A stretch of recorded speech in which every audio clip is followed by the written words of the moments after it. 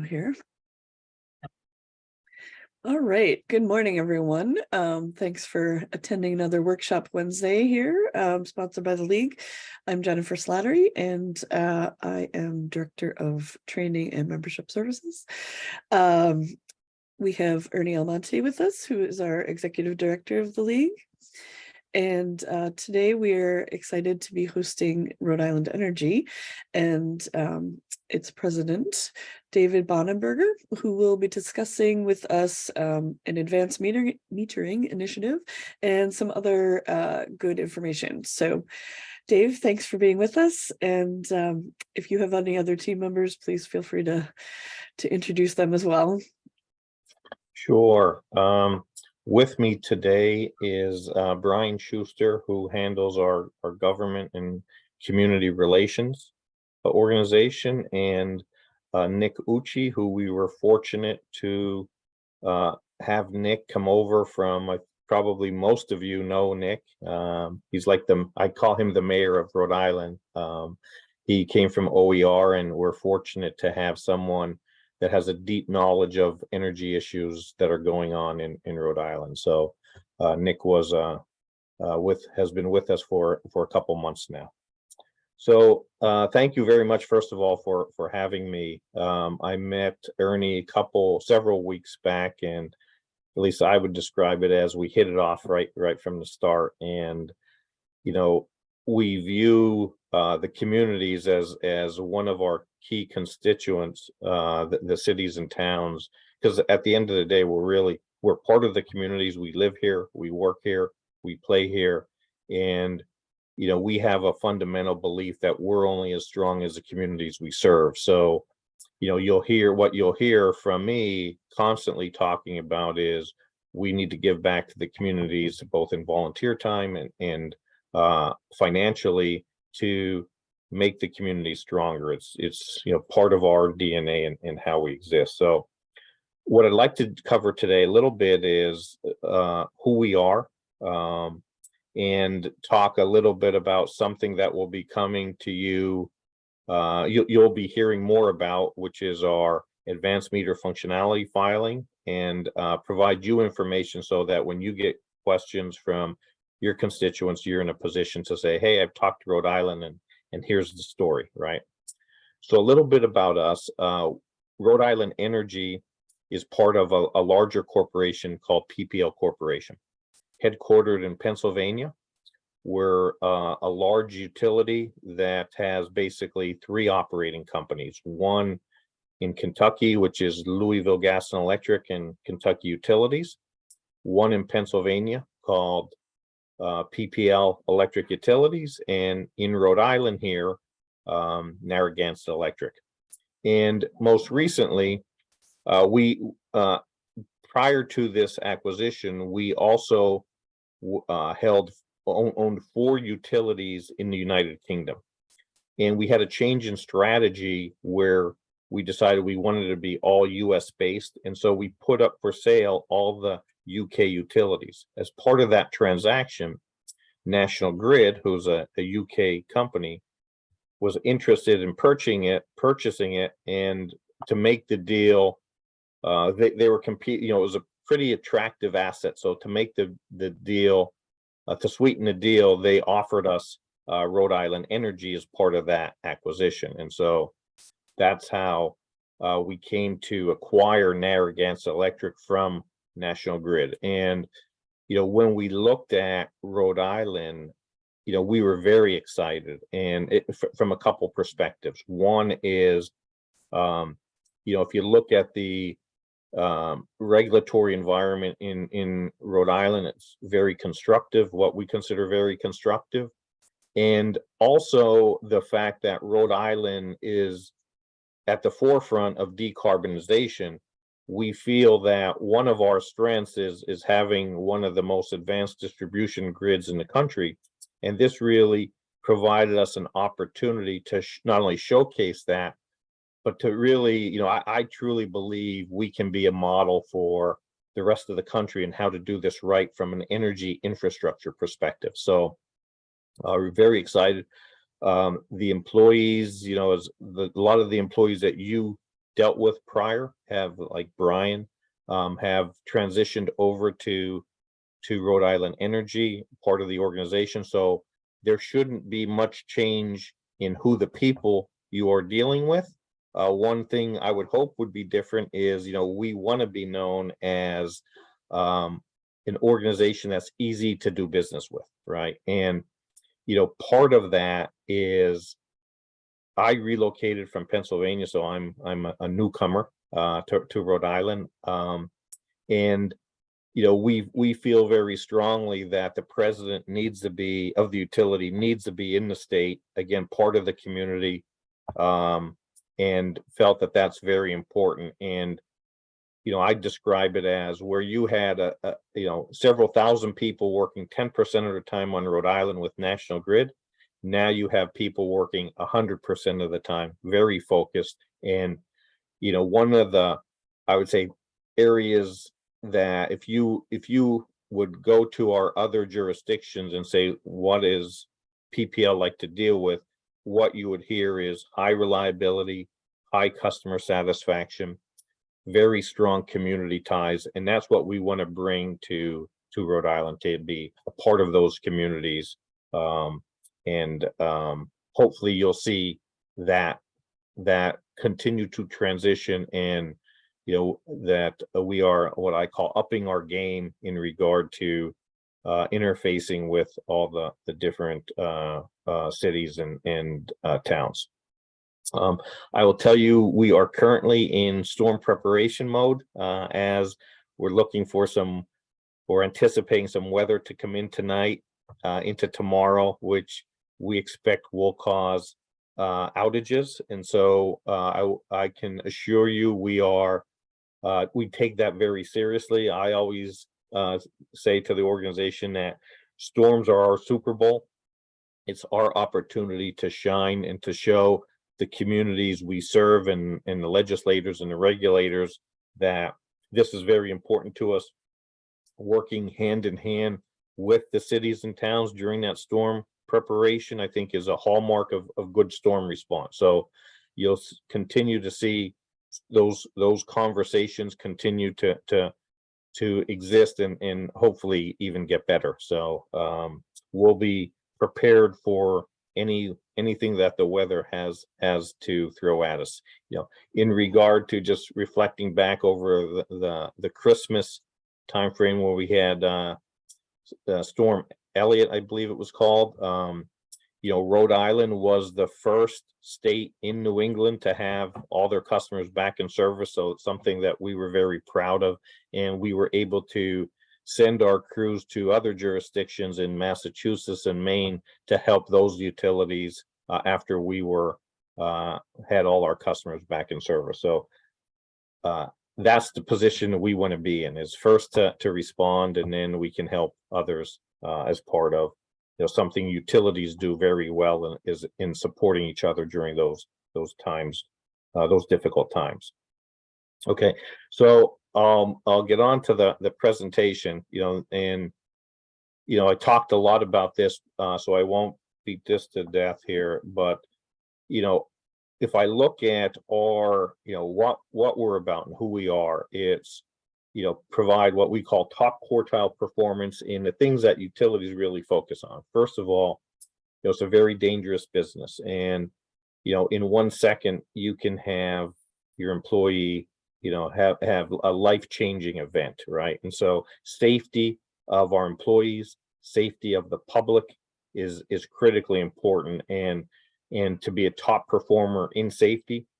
Reliability, we know that keeping the lights on, keeping the gas flowing is critically important. And I like to describe us as, we want to be the Maytag repairman, where you don't have to call us, right? And so being able to perform well in reliability is obviously very important.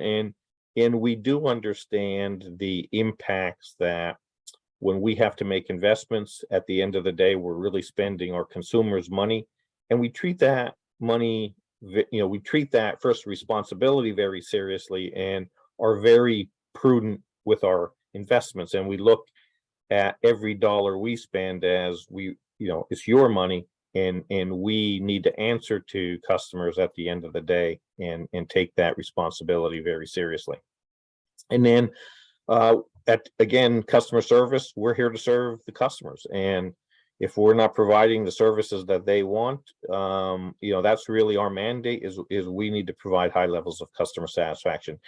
And lastly, just committed to, I can't state enough how committed we are to help the state meet their decarbonization goals. And so we're all in on that. I believe we can be a leader in that, in the dialogue around how to get there. We know how to do it.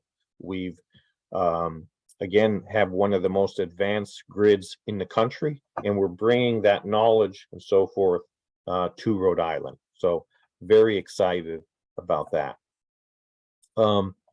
If I look at again, very customer focused, we leverage technology a lot, data analytics a lot to drive costs out of the business, be more efficient. But I would say one of the most fundamental roles of any utility, is to constantly balance every second of the day the generation or load with the load on the customer side. And so you have to keep that all in balance. And when that gets out of whack, what happens is the system becomes unstable, and that's where you get into, if you saw during the Christmas holidays down in North Carolina, down in Virginia, down in Kentucky, they had what was called rolling blackouts, right? And so because of the cold weather, a lot of generation tripped offline, a lot of gas wasn't flowing to the power plants, so they had much more load, and the cold weather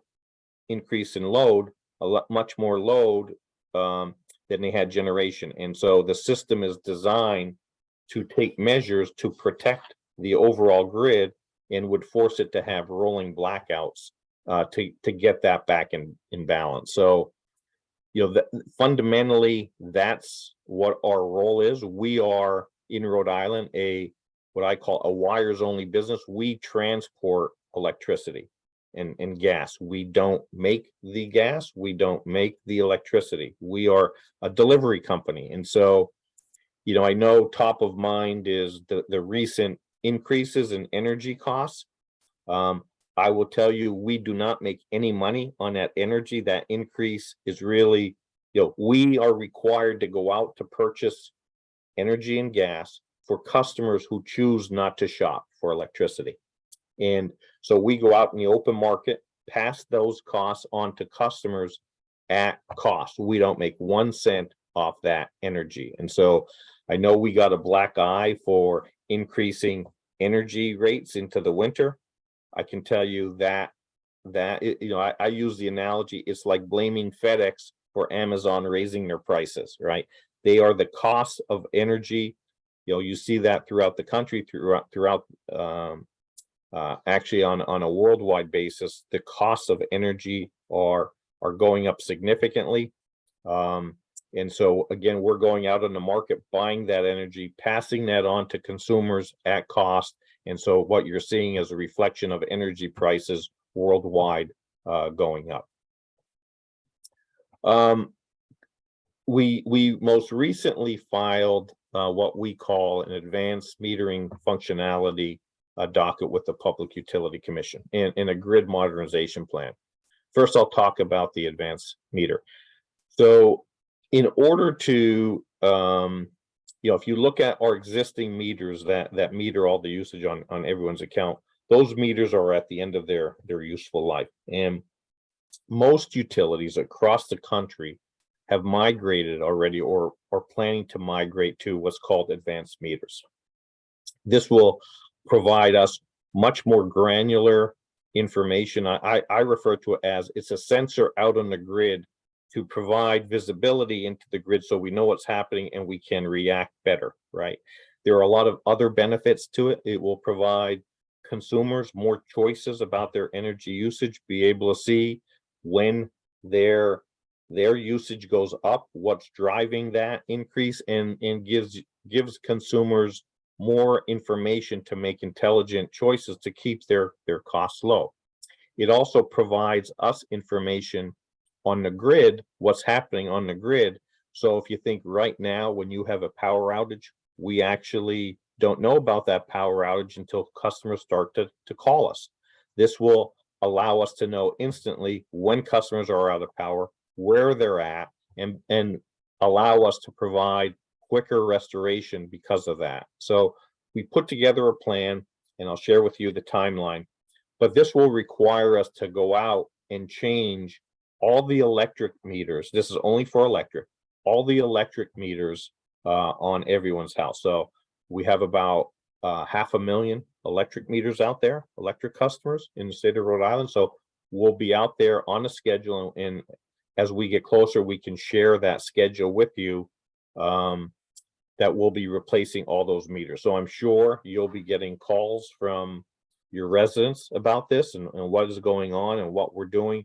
Nick can provide, Ernie, to share to you more information as we get closer to rollout, what we're doing, where we're doing it, and so forth, so that you're equipped to answer questions. In addition to that, we filed what we call a grid modernization plan. And what we did is we did a study of the electric grid in Rhode Island to say, hey, what are the features that we need to ensure we can meet the state's mandates on decarbonization. We do expect a significant increase in electric load as people transition off gas onto electric and other fuels. And so we want to make sure that this infrastructure doesn't get built overnight. So we wanted to lay out a roadmap over the next 10 years of what we feel are the necessary investments, so that everyone goes into the decarbonization with eyes wide open and they understand what's needed. And both these filings, well, the advanced meter functionality will be, and I'll go over the schedule of that shortly, but both of these filings also produce significant benefits to customers that keep costs down and so forth, or reduce our operating costs. So if you look at the net benefit of both the advanced metering and the grid modernization, there's a net benefit to consumers. And speaking of the advanced meter plan, if you look at the benefits, it's slightly over $700 million over the life of that program, and the cost to implement are about 180 in that area. So again, significant benefits. It's what I would define as a foundational item for the state to progress to meet their decarbonization goals, and also allows more control from consumers to better manage their energy costs. This is the schedule for our advanced meter functionality. So we filed our plan at the end of 22. We're in front of the Public Utility Commission and expect an answer, I guess, in I think the August timeframe. And if approved, we would start deploying a communication network and then start to change out meters and finish up, at the end of 2025. Okay. Just some of the other areas I just wanted to touch on. If I think of some of the other priorities that we have in order to support you more effectively, I've talked about storm response, and when I think of storm response, and I've been in this industry 39 years, so have a lot of experience in storms.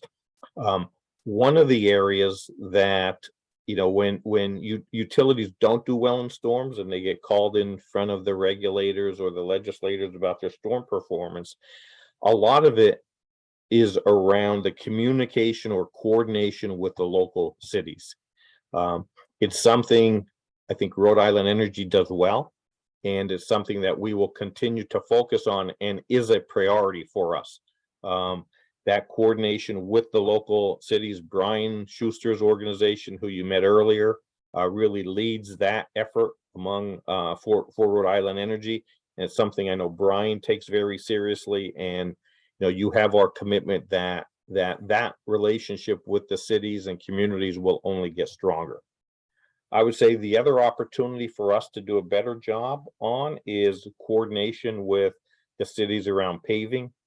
I always say if you're in the gas business, you're also in the paving business, right? Because you're constantly, if you look at the infrastructure in Rhode Island, a lot of aging infrastructure around what we call leak-prone pipes or cast iron that's been in the ground for up to 100 years. As we replace that, we need to pave, and so the coordination of that with the municipalities and with the state, so we're not redigging up roads we just paved, is critically important. And I think we have a very good process. We probably have some opportunities to hear from you on what we could do better in that space. So that's another area that we'll continue to work on and get better at. And then I would just say lastly, reducing our costs and becoming more efficient is critically important. And also preparing for decarbonization in the state is also very important. We currently, there is a docket in front of the Rhode Island Public Utility Commission around the future of gas. That's something Ernie and I talked about. I think it's important for the cities to participate in that open docket to get their voice heard about the impact of the future of gas and what people are thinking about that, to have your voice heard as part of that docket. So I would encourage the cities to be involved in that and understand what's being said and make sure your voice is being heard. With that, I think I talked a lot, probably too much. I want to allow some time for questions of you, and just open up for questions. And Dave, do you mind if I add a few comments? Sure. Just wanted to say again, thank you to the league for allowing us here to speak today. And I just wanted to echo, being a former National Grid employee for 20 years, and most of our employees, coming over from National Grid, when we heard about the discussions with PPL, we were always thinking that it'd be nice to acquire PPL at some point, because they are top tier, #1 in JD Power's customer satisfaction. They have this advanced technology for grid modernization and so forth. So I always thought, like, boy, it would be great to acquire that company so we could adopt their practices and principles. And come to find out, they acquired us, which was good news, and good news for our team. I do want to say that we're excited, and certainly the community managers that are part of my team that many of you may have dealt with, the Marisa Albanese, the Paul Stasiak, Jock Afonso's, Lori Spangler's, all of those employees that you've dealt with, they're still here and committed to support the cities and communities which we serve. But we are going to elevate our outreach and a lot of our communications, as Dave highlighted. We're standing up and staffing up additional measures and practices to get more information out. And including, this year, looking at the annual convention that the league hosts, more than just being an exhibitor, we like to be a presenter at one of the sessions. So I know Marisa is already starting to work on engaging that opportunity, so we can start to offer the opportunity to help explain the challenges with energy, not just the supply charges, but with the modernization and the challenges that we have if we don't modernize the grid in the face of climate change. And I just like to reiterate, when we start to engage and look for opportunities to enable all of our operational activities, our day-to-day operational activities, as Dave highlighted, whether it's simple as paving or whether it's talking about advancing new technologies, we are open to feedback. We are part of this community, like Dave highlighted, and we want the best and most efficient and most affordable grid possible, both the gas and electric on a system-wise. So in the communities of which you represent are obviously paramount in those discussions, so that we get your feedback, we get your concerns, and that we can address those in a proactive fashion. So I just wanted to kind of add a couple of those extra comments. And again, looking forward to seeing our continued evolution to be engaged with the communities, and further advancing all the technology that we need to set for the safe and reliable operation of our networks. So again, thank you. Now we can turn it over for questions. Sorry, Dave. you, Brian. No, thank you. Well, Jen, just so I'm going to jump in for a second. Brian and Dave, I want to thank you very much. Dave, I just want to let you know that you certainly have two outstanding people working with you, with Brian and Nick, and I'm sure there are many others. Brian, I really like the comment that you made. I think you do a great job communicating with the cities and towns, but I love the comment you made about even upgrading the outreach with the municipalities, because as you know, a big piece of everything that we do, excuse me, is communication. And it goes back to even Dave's comment about, I wonder how many people really know that Rhode Island Energy is just the delivery of power as opposed to producing power. I think it's something on your end, you continuously have to remind people that that's the case. But I love your analogy about the FedEx and the Amazon, because stick to that message. It's really easy to understand, and it's good. But Jen, I'll turn it back to you and I'll close out in the end. But if we have questions from our group, this is a good time. And then if we don't, Dave, if you just put in the parking lot to come back to one more time to mention the call to action for the gas piece, so that everyone understands their opportunity to play a role in that place.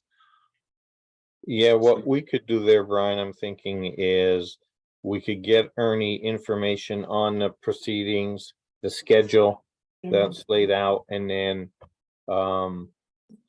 you know, any additional information, provide some context to Ernie so that he can share with the members and ways for them to get involved in that process. Because I really believe it's important that the city's voice is being heard, right? And so a lot of times the loudest voice gets heard, and we want to, you know, we've committed that this needs to be an economy-wide view and the opinions of many stakeholders. So we're encouraging the large industrial customers, consumer advocates, the cities, and other manufacturers to also participate, so it's not a one-sided discussion.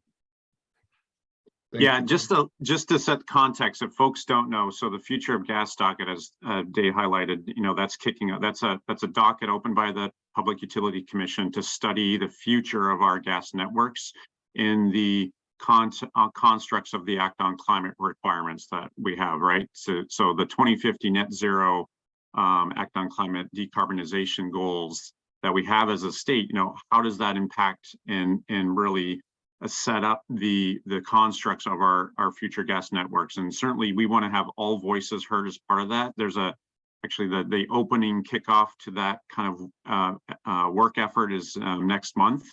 And it's anticipated that there'll be about a year's worth of work to study and analyze the different design scenarios that the future of gas can convey. So we want to make sure all voices are heard as part of that process, you know, and that we're reflective of not just the decarbonization goals, which we fully support, but also the practicality and the prudency of affordability and you know, transitioning of equipment and heating and so forth. There's a lot at play here over the next, you know, just short of 30 years to transition to that fully net zero type of economy. And again, we want to be inclusive of all voices. So Ernie, I'll definitely have my team send some information over to you in addition to any opportunities that you can inject otherwise. Okay, thank you, Brian. Jennifer, if I may, Tony. Yes.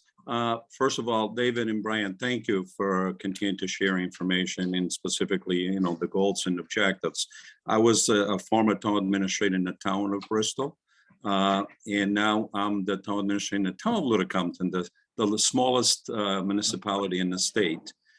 So I can attest to two things. One, the collaboration from National Grid, now RIEnergy, and David made a good point. We actually began to share as a town, as a municipality in Bristol back in 2014. We began to join forces and make sure we share the information specifically regarding paving in the town. We started with advance notice, not just to National Grid, but also to the water company and so forth, because that was exactly the problem. You know, you pave the roads and a year later, 2 years later, you know, they being cut. Well, it's been very productive. It was quite a partnership and actually accomplishing more paving because of the collaboration, with the town and, National Grid, RIEnergy. That's one. Two is Brian touched up on the folks that service and cover the various municipalities. I can attest that Jax Alfonso has been a wonderful person, whether, a wonderful rep and ambassador for Rhode Island Energy, formerly National Grid. When I was in Bristol, he was very responsive. Now that I'm in the smallest town, the smallest municipality, he continues to be quite a partner in many of the projects that we're undertaking here. So I certainly appreciate that and like to share that. So thank you. Thank you for the feedback. Thank you. Yeah, Tony, thank you for the kind words, and just say, that relationship with the cities and towns is so critical. And the other two observations I have coming from out of state, it's easy for me to make observations, right, of the differences. I will say Rhode Island, I think, and I'm assuming it's because of the size and just the relationships, is you can get so much more done in Rhode Island and other states, bigger states, because of those relationships. And I think that's a differentiator for our state. And, we want to take advantage of those relationships and continue to make them stronger. So we're very excited. And I will tell you, the excitement from our employees that we are just Rhode Island and we're here to serve just Rhode Island has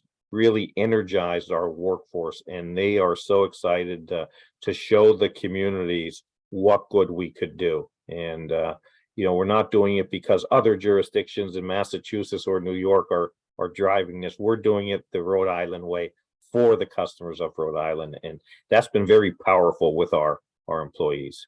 So thank you. Michael, I think you were going to ask something. Yeah, I just have a comment for Ernie and Jennifer. I think that the league needs to be much more attentive to these energy related matters. Maybe you don't know, Ernie, I work in a community that has a power plant. I work in a community that had a power plant process undertaken a few years ago to set a new power plant. So I have some knowledge of what's going on in the energy marketplace. And I can say one thing, the gas transmission lines that are currently in place are insufficient, not only for Rhode Island potentially, but other areas of New England. And the environmental lobbyists are very strong and very aggressive. And I don't know whether the current path that we're on is in the best interest of cities and towns. The Act on Climate, I have my issues with it. I have a question about the metering systems that you're talking about. This is more of a question that people in my town council might be more interested in. Is this something that, understanding you can use it for your own benefit to balance out loads and understand the issues you raised in your presentation, but it is something that can also control people's energy at the home front, so that if they're not doing what the state or you guys want them to do, they could be controlled from your location type of situation. That being said, I understand there's a logic to some of that or to that, but you might get some pushback on stuff like that if that's what it ends up doing. But my bigger point to Ernie is that the league needs to pay more of attention to this. And I'll add one more piece of the puzzle, which is the idea that you have to totally be renewable by 2033, is it? Mm-hmm. I think that's unrealistic. It's possible, you might be able to dissuade me and others about that, but I think it's unrealistic. And I think the league needs to pay more attention to those things. If it's unrealistic, or if we can be convinced that it is realistic, we can support it. But if it's unrealistic, we need to prepare for alternatives and not be stuck in the end trying to provide energy from sustainable sources that aren't out there. Mm-hmm. Well, Mike, I appreciate that comment, and that's why we put together, after Dave and I spoke, we thought this would be a great idea to bring it to the league to start the conversation so that we're playing a role. Everyone can hear the feedback, pros and cons about moving forward, and ask questions so we can start to develop solutions to those questions now. So I appreciate your comments, and certainly will reach out to you with your experience in your community. Yeah, Michael, if I can just comment on a couple of things, and then Nick, I'll turn it over to you. So couldn't agree more on the energy issues, and the cities need to understand how this will impact them and in their communities, right? And I think that was really the discussion Ernie and I had when we first met, right? And thought, oh boy, wow, this is a great forum to help educate the cities and communities, and we want to be your a valued partner to you in that, as the communities get educated, and we want to be viewed as a trusted advisor to you on, hey, we're telling you the truth about what are the impacts and so forth. In regard to your question or comment on will we be able to control customers' energy usage, these meters do not have the ability to control your usage at all. We have other programs through energy efficiency programs that customers may volunteer to sign up for that would provide us control, but that's only on a customer agreeing, first signing up for that would allow us in certain emergency situations to control maybe their thermostats or something else. So no, these meters will not. It's really, I view it as a sensor out there to tell us what's going on at the system, because of with all the proliferation of all the solar and rooftop solar and large solar, there's two-way power flows and voltages could drop and so forth. So it allows us to know, it gives us visibility onto the network to allow us to maintain reliability.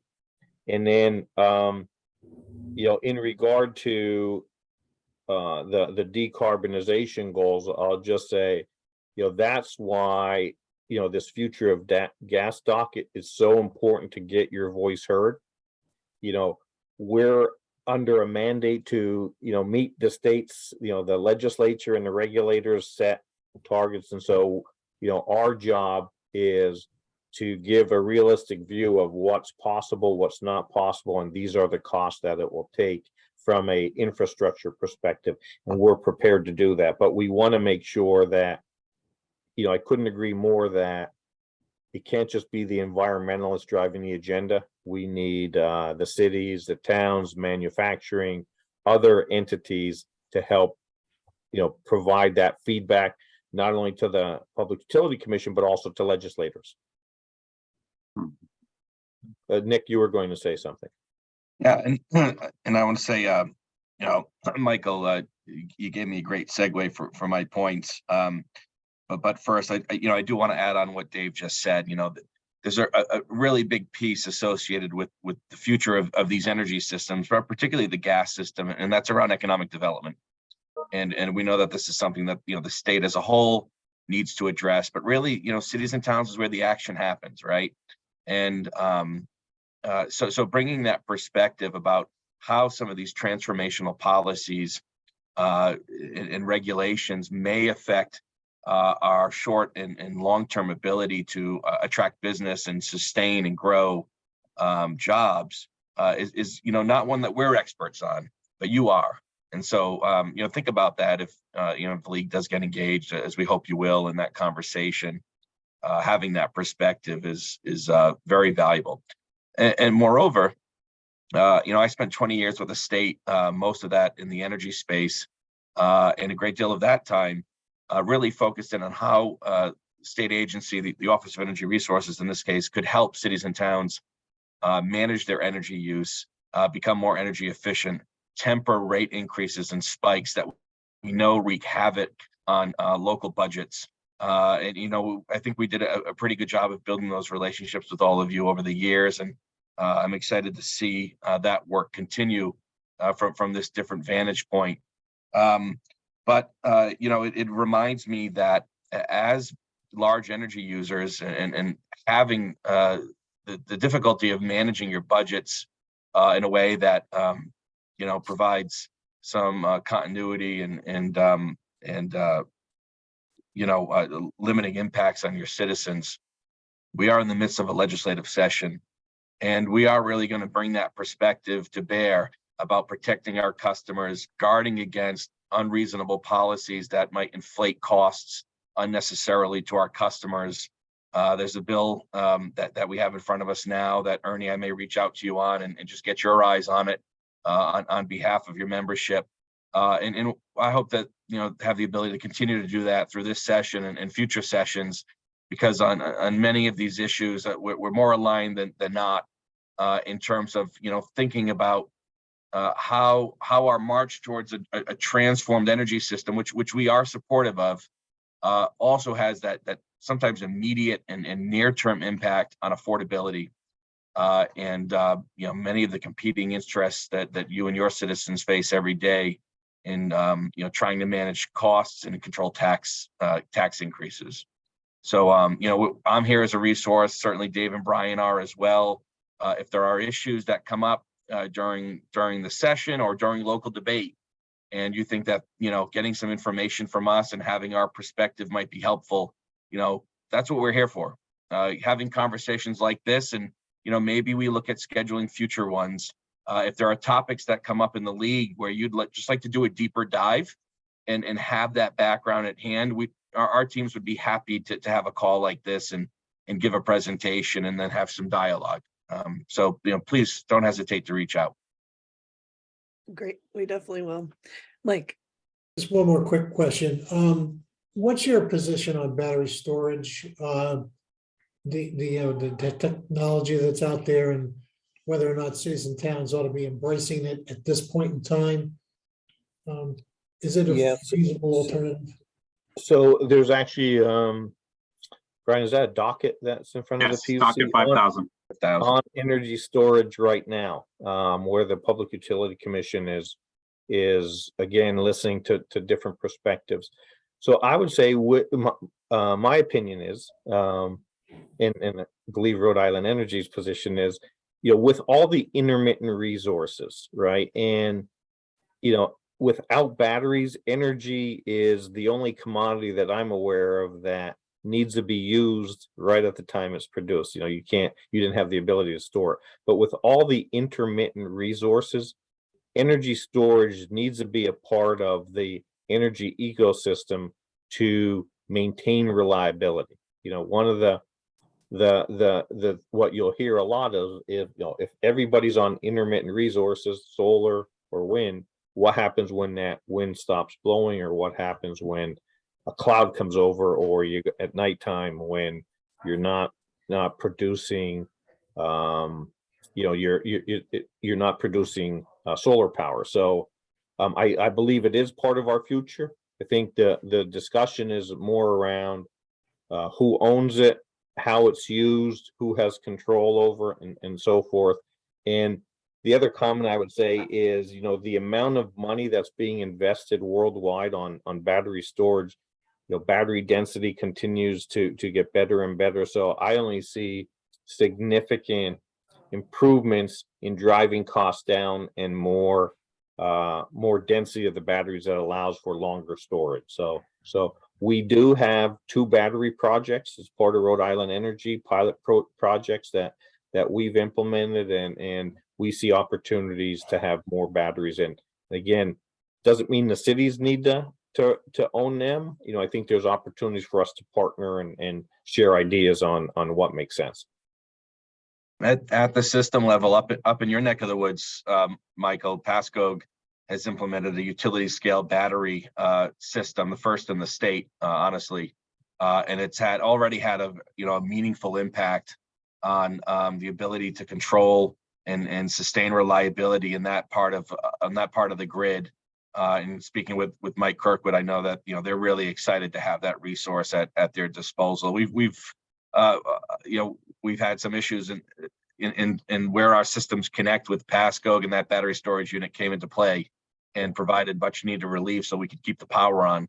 a few months ago during an event at one of our substations. So, you know, there's certainly room for it. And, you know, I think Dave's presentation on advanced metering and grid modernization, and there are things that we will need to invest in to maintain reliability, especially in a distributed energy system, right? More of these resources are coming on: solar, wind, battery storage.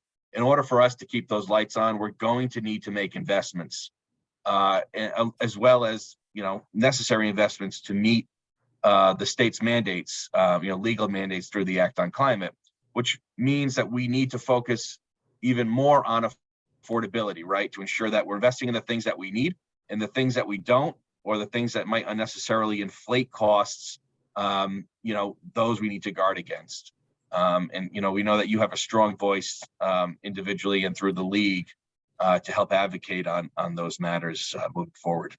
Well, my point is this: I'm certainly familiar with Pasco. We also have another battery project at one of our sewer treatment plant. Mhm. But my understanding is the technology is not really that these units are that efficient. They may be sufficient for a shorter period of time, but not long-term usage or long-term sustainability, I should say. And the question for people like me is, you know, we have a lot of people banging at the door, come in looking for these things. Is it worth our while to entertain them now, or should we hold off, waiting for the processes and the units to get more efficient, so that you're going to get more bang for your buck? And then lastly, does Rhode Island Energy or the state have some kind of a master plan for these battery storage units to supplement or augment your needs?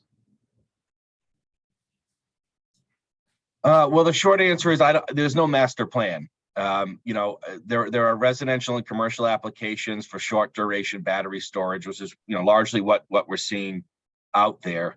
You're right that long duration storage, especially at the utility scale, is not very widespread. You know, these are questions that certainly piqued the interest of our policymakers. Last session, there was a resolution passed, you know, to investigate sort of the future of storage in Rhode Island. I pasted a link in the chat to the PUC docket that's been opened to report out on storage in terms of, you know, the technology itself, what rates or incentive programs might be needed to, you know, further develop storage. What are the best applications for it? I think that will help inform future policy, but at this point, you know, we don't really have a lot of that structure or guidance. I think both, you know, the utilities see some opportunity in terms of having reliability assets to help manage the system. Individual customers, again, whether they're commercial or residential, see opportunities and are going out to third party vendors to install systems at their homes or workplaces. But you know, you hit on something that there really isn't a master plan yet, sort of a statewide approach to storage. And I think over the next year or so, we'll see some of that begin to be formulated. Yeah, and I would just add, I think it depends on the application. You know, what do people want to use it for, and so forth. And you know, Michael, we could have you know, offline, we could have further discussions if you're interested, depending on, you know, understanding the different uses that people are coming to you for, and so forth. I have. Go Sorry, ahead, Jen. Go ahead, Jen. I was just going to ask if there were any other questions. Okay, Go here right and ahead. none. I'll ask a question of you, Jen. Is it possible to, well, first of all, to Dave, do we have a copy of these slides? Were they sent to Jen? And can we share them with the 39 cities and towns? Okay. I'll send those over to you, Ernie. All right, thank you, Nick. And so Jen, if it's possible to put together an email to all the CEOs about this presentation and include the links that Nick put in the chat and the background as to why they should take a look at those links, that'd be great. Yep, absolutely. I'll include this video, the presentation slides, and the links. All right, thank you. And Dave, Nick, and Brian, thank you so much for your time presenting to us today and answering our questions. We really appreciate it. This is just the start of our conversation. Yeah. So we look forward to continuing to work with all of you. And thank you for your service in the past to the cities and towns. Yeah. No, thanks, Ernie. And again, thank you for having us.